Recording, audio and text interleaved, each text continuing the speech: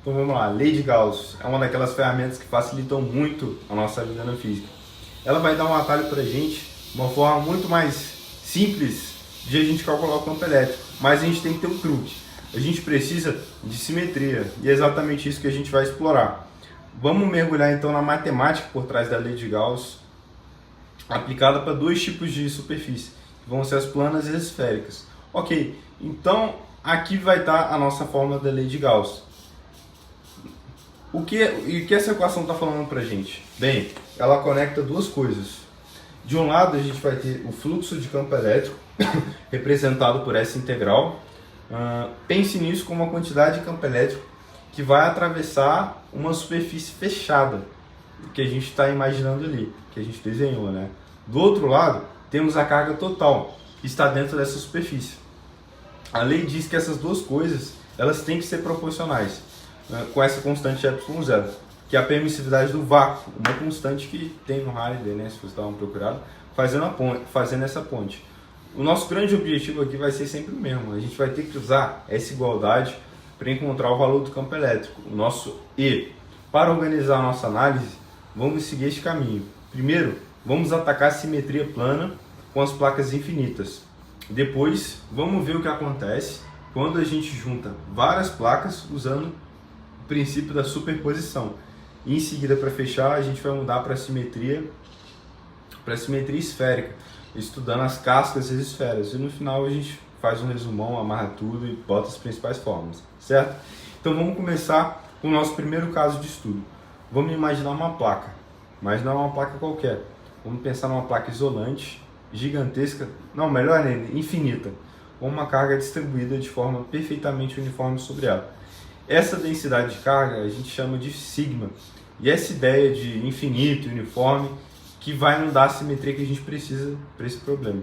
Então, para a gente usar a lei de Gauss, o primeiro passo é sempre o mais importante. A gente precisa ter uma estratégia, uma maldade, escolher uma superfície gaussiana imaginária que facilita. E essa superfície tem que ter um formato que aproveite a simetria do problema e deixe aquela integral de fluxo mais simples, uma integral mais fácil de computar. Então, a pergunta é, para uma placa infinita, qual seria a geometria ideal para essa superfície que a gente escolheu? E a resposta é um cilindro, ou um prisma. Por quê? Tem que ser algo que atravesse a placa, e como a gente vê aqui, o que mais se encaixa é o cilindro, por causa da simetria. Porque o campo elétrico, ele sempre aponta para fora da placa. Então ele é sempre perpendicular a ela, faz o ângulo de 90 graus. Agora, vamos olhar para o nosso cilindro.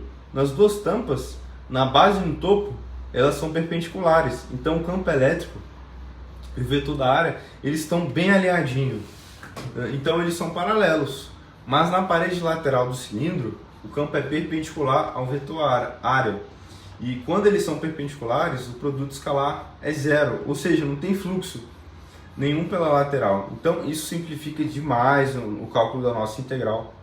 Então, agora vamos matematizar isso. A gente explicou teoricamente, agora vamos matematizar. A gente começa aplicando a lei de Gauss. O primeiro passo é a gente simplificar a integral. Como o fluxo na lateral é zero, então a gente só precisa se preocupar com as duas tampas do cilindro.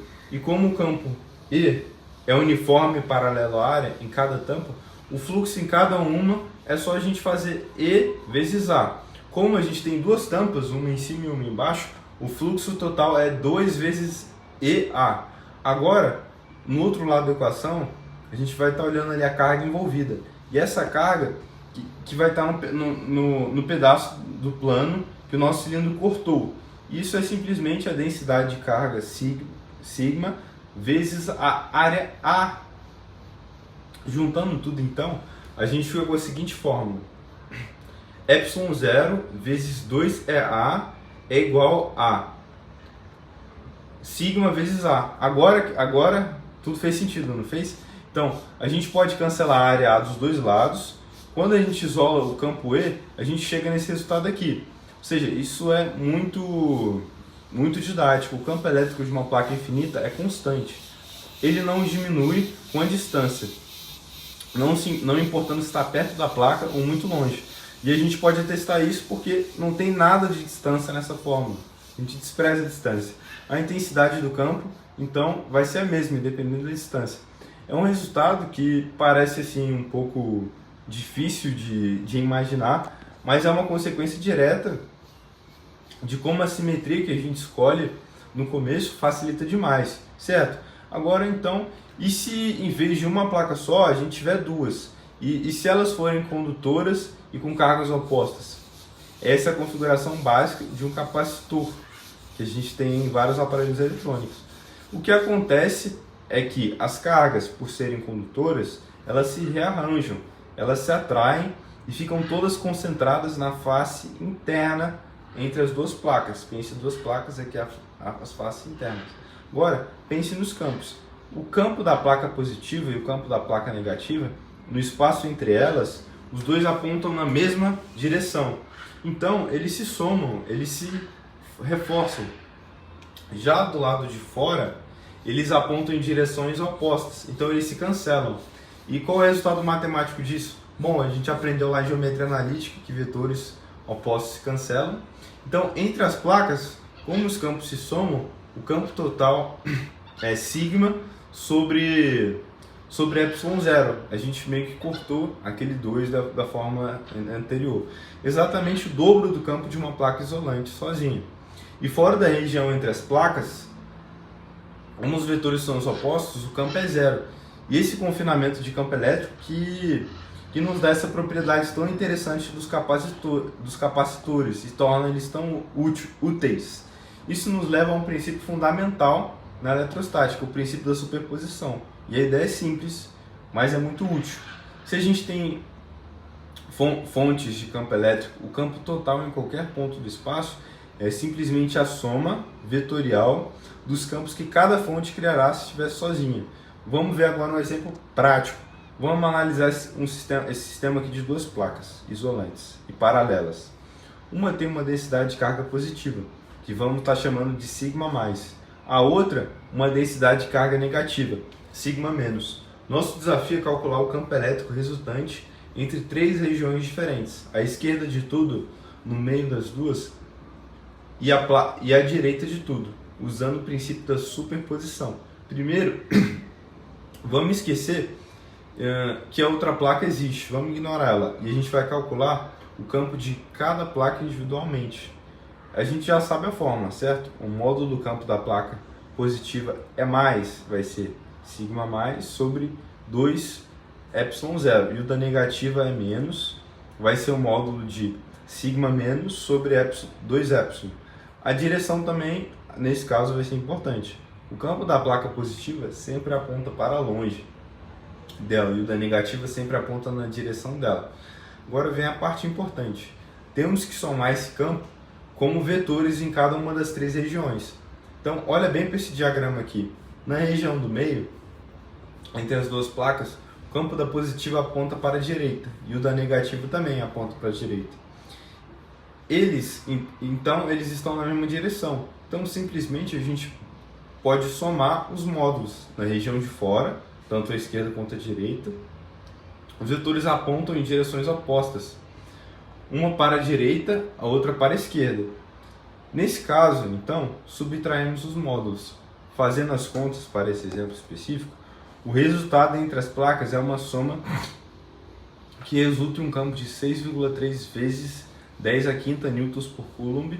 Já nas regiões externas, a subtração do módulo vai resultar em um campo resultante bem mais fraco. Isso que a superposição faz. Ela nos permite pegar problemas que parecem complexos e quebrar em pedaços simples, que já sabemos resolver. Tudo bem, agora vamos mudar de geometria para a gente finalizar. Vamos sair dos planos e para a simetria esférica.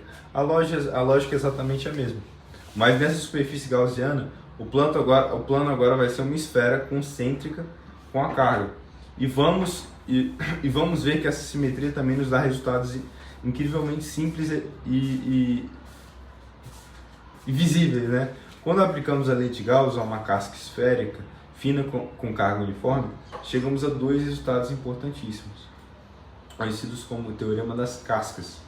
O primeiro diz que, para qualquer ponto fora da casca, o campo elétrico que ela gera é exatamente o mesmo de uma carga pontual, como se toda aquela carga na casca estivesse concentrada no centro, em um único ponto. E o segundo, ainda mais útil, é que para qualquer ponto dentro da casca, imagine dentro de uma calota, por exemplo, de um iglu, o campo elétrico é exatamente zero, ele é nulo. Matematicamente, é isso que temos. Fora da casca, ou seja, para uma distância R maior ou igual ao raio R da casca, temos a lei de Coulomb. Podemos aplicar nesse sentido. Então, o campo é idêntico ao de uma carga pontual Q. Dentro da casca, para um R menor que R, o campo é simplesmente zero. É uma mudança bem drástica que acontece exatamente na superfície da casca. Ok, e se em vez de uma casca a gente tiver uma esfera maciça, isolante, com a carga distribuída por todo o seu volume? Bom, do lado de fora, nada vai mudar. O primeiro teorema das cascas ainda continua valendo, mas aí do lado de dentro o negócio muda. Se a gente desenhar uma superfície gaussiana com um raio R menor que o raio da esfera, essa superfície não vai mais envolver a carga total. Ela vai envolver apenas uma fração da carga. Uma carga quelinha. Essa carga envolvida quelinha vai ser proporcional ao volume dessa nossa superfície gaussiana. Quanto maior o R, maior a carga, mais carga envolvemos.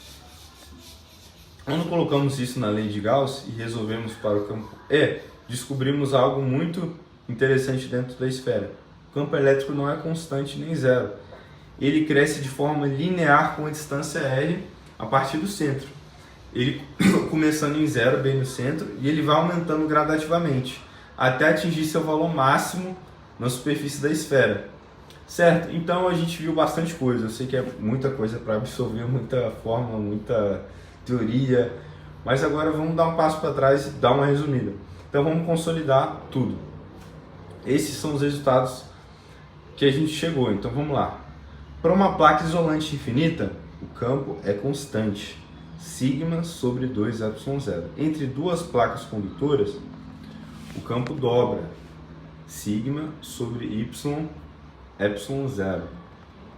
Para fora de qualquer distribuição esférica, seja uma carga ou uma esfera maciça, o comportamento é de uma carga pontual. E por fim, dentro de uma esfera maciça com carga uniforme, o campo cresce linearmente com o raio. Cada uma dessas equações mostra pra gente como a simetria facilita e molda o campo elétrico. E é literalmente isso. Espero que você tenha curtido a aula e até mais.